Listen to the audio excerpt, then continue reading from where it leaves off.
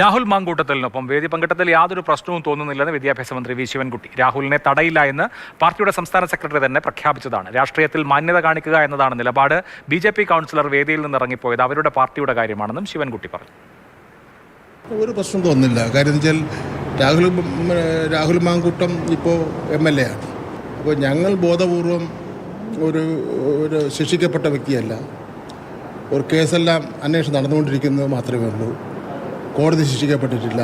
അപ്പോൾ അങ്ങനെയുള്ള ഒരു വ്യക്തിയെ മനഃപൂർവ്വം നമ്മൾ ഇറക്കി വിടുന്നതോ അല്ലെങ്കിൽ നോട്ടീസിൽ പേര് വയ്ക്കാത്തതോ ഞങ്ങളുടെ സംസ്കാരം അങ്ങനെയല്ല.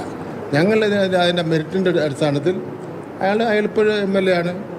അയാളുടെ സ്ഥലത്ത് വെച്ച് നടക്കുന്ന പരിപാടി വേണമെങ്കിൽ പിന്നെ അതിൽ പങ്കെടുപ്പിക്കാതിരിക്കാൻ വേണമെങ്കിൽ അങ്ങനെ ഒരു അന്തരീക്ഷം സൃഷ്ടിക്കാൻ ഞങ്ങൾ ആഗ്രഹിക്കുന്നില്ല. അതിലൊരു രാഷ്ട്രീയത്തിൽ മാന്യത കാണിക്കുക എന്നുള്ള നിലപാട് മാത്രമേ ഞങ്ങൾ സ്വീകരിച്ചിട്ടുണ്ട്.